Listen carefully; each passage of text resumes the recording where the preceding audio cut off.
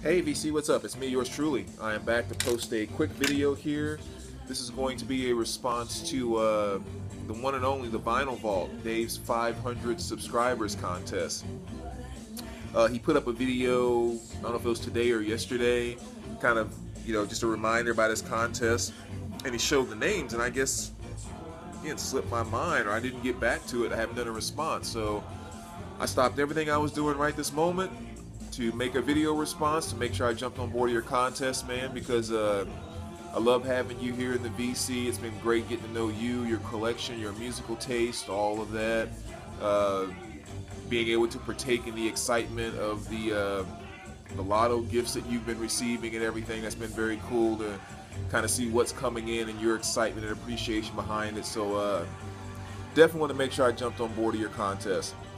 So pretty simple question actually, where you asked us to share some of our favorite live albums, and then maybe also a concert story, maybe a great concert experience we had or something like that.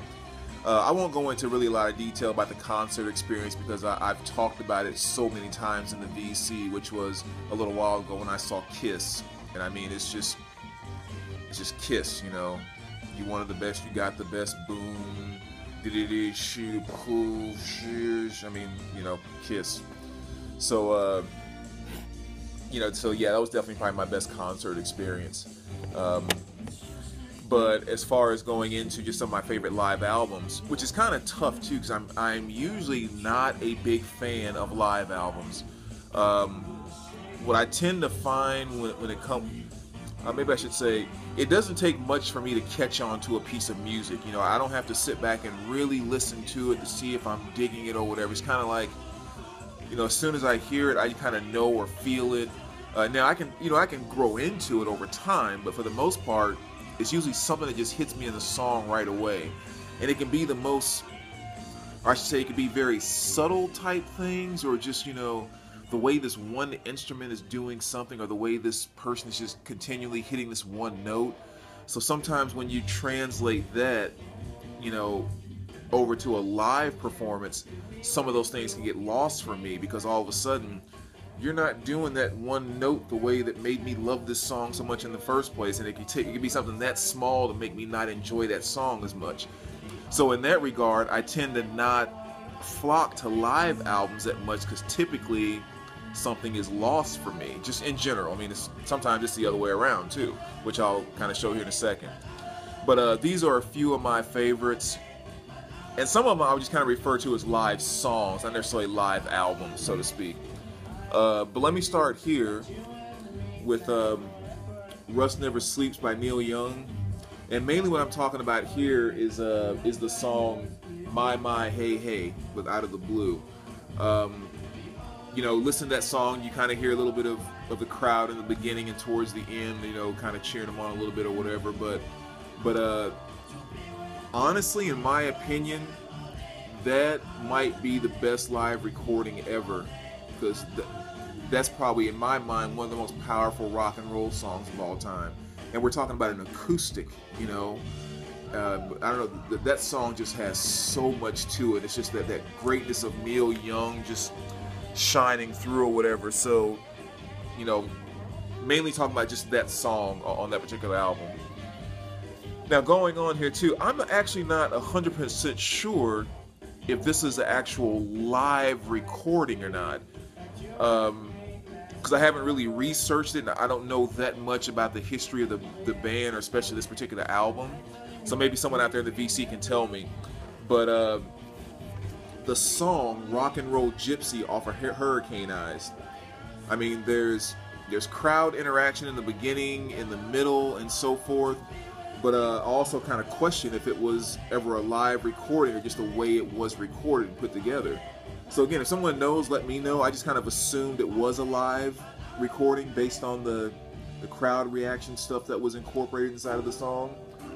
And it doesn't say live on the album next to that particular song. But anyway, Rock and Roll Gypsy by Loudness, absolutely great.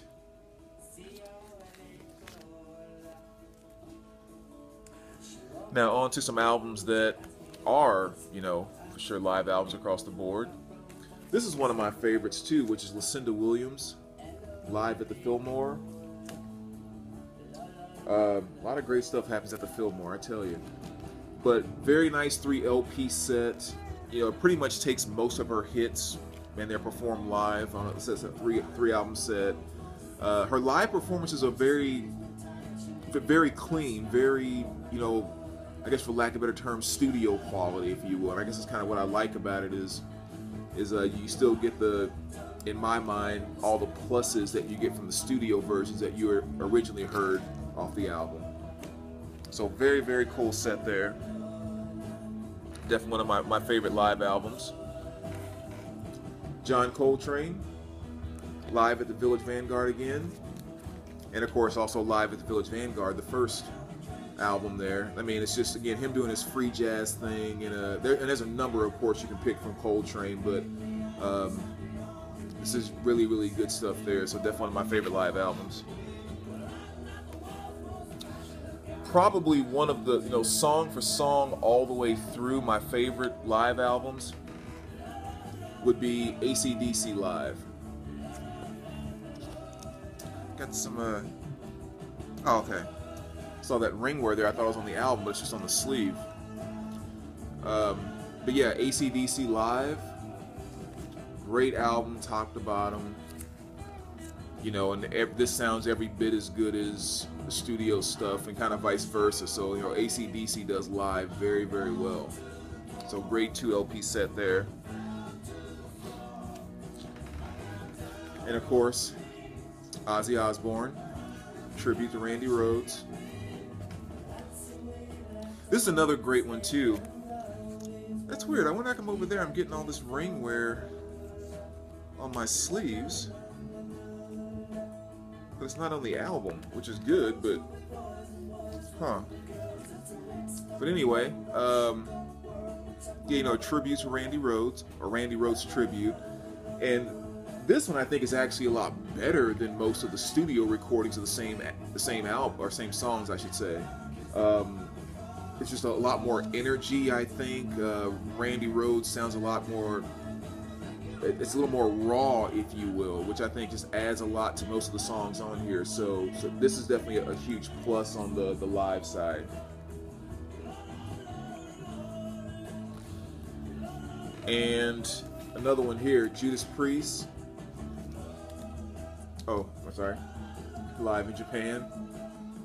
Another great one here too, and the same thing I was just saying about the Randy Rhoads tribute album. This, you know, Priest took a lot of their older songs, well, were older at this point, and really kind of took them to another level through this live performance. And the best example in my mind of that is always whatchamacallit, Victims of Change.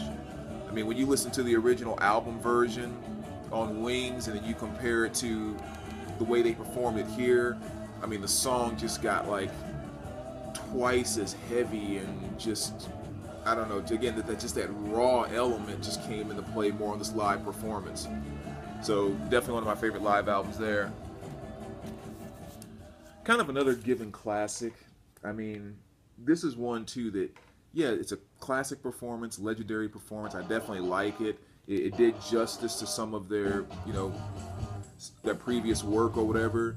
My favorite live album, no, but I definitely have to put it in the discussion of one of my favorite live albums. So that's of course Nirvana, MTV's Unplugged. And then a few discs here. Another great one, Black Sabbath. This is a reunion album, of course. And this is another one, I'll say, just like those other two, that really took stuff that they already did, stuff like Nib and a few other songs, and took it to another level. And I think that's what a live performance should do. It shouldn't take away from what you did in putting together your songs within the studio. In my mind, what it should do is it should take that and take it to another level. Especially if we're talking about hard rock and metal here. You know, I'm thinking more so of making it heavier, making it more impactful, and all of that good stuff. So this album definitely did a great job with what was already, you know, absolute classic Sabbath songs. Song for song, I think arguably, now, have I said this already? No, I think I could go right up there with AC/DC. This is probably song for song, I think, the best live album I have ever heard in my entire life. And that is Fleetwood Mac's The Dance. Just, I mean, perfection. Absolute perfection on this album. I mean, they are just, I've had the opportunity to see them in concert, and actually probably get a chance to see them again, because they're going to be in my area in about 4 months, which is going to be awesome. But yeah, even having a chance to see them live, you talk about just, just pure musicians. I mean, and of course they've, off and on, whatever, but they've been together so many years, you can tell they are just totally in sync with each other when they start performing. And yeah, I mean, this album is just beautiful from top to bottom. And again, even when I heard them live, just one tour or one show of the many on the tour, you would still think that they were like, in the studio putting stuff together, because everything was just so crisp, so clean, so with all the emotions of a live concert, but with the perfection of a studio piece put together. I mean, fantastic band. You could never go wrong with this CD on a live note. And I so wish they would put that out on vinyl in an affordable way. It would be very, very nice. That should be a record store day release right there. Diana Krall, live in Paris. Same thing, the whole vocal jazz thing. Diana Krall is awesome, period. So that's definitely one of my favorites. 10,000 Maniacs, MTV Unplugged. This is also pretty good. I love hearing Natalie Merchant's voice. So innocent, yet so kind of gritty, raw at the same time. It's just this perfect combination of I don't know, a very, very soft way of demonstrating kind of a very powerful female voice. Not doing it with volume and so forth, but doing it more so with it's just a grit that she has behind it. It gives such a power. But anyway, that's what I think about her in general, which also makes this one of my favorite live albums. And again, a lot of great covers on there, but her voice just really carries that album completely. And last but not least, Nils Lofgren, Acoustic Live. Definitely one of my favorite live albums here. And not even so much because the songs are so great, but this is just one of those albums that's extremely pleasant to listen to. It's just one that I guess in a cheesy kind of way, it makes your ears feel good. It's number one, he's an incredible guitarist, and if you ever want to just kind of I don't know, like I said, it's great and pleasant to listen to, but it's also one of those songs that really demonstrate what your system can do, just because of the how crisp and clean and how bright some of the areas are, and again, how incredible his guitar playing is. It really just kind of allows your speakers to I don't know, to just do what they do. And I know it's kind of a weird thing to say of why something is my favorite live album, but again, it's just it's a very pleasurable album to listen to.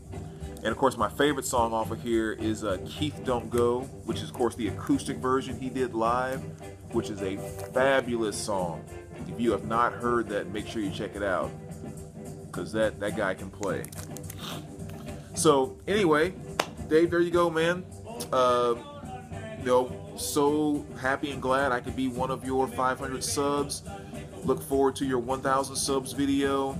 Look forward to seeing more of the Red Expedite and everything else that goes along with being Dave Final Vault. So yeah, have a good one, man. Glad to be a part of it. We'll talk to you soon.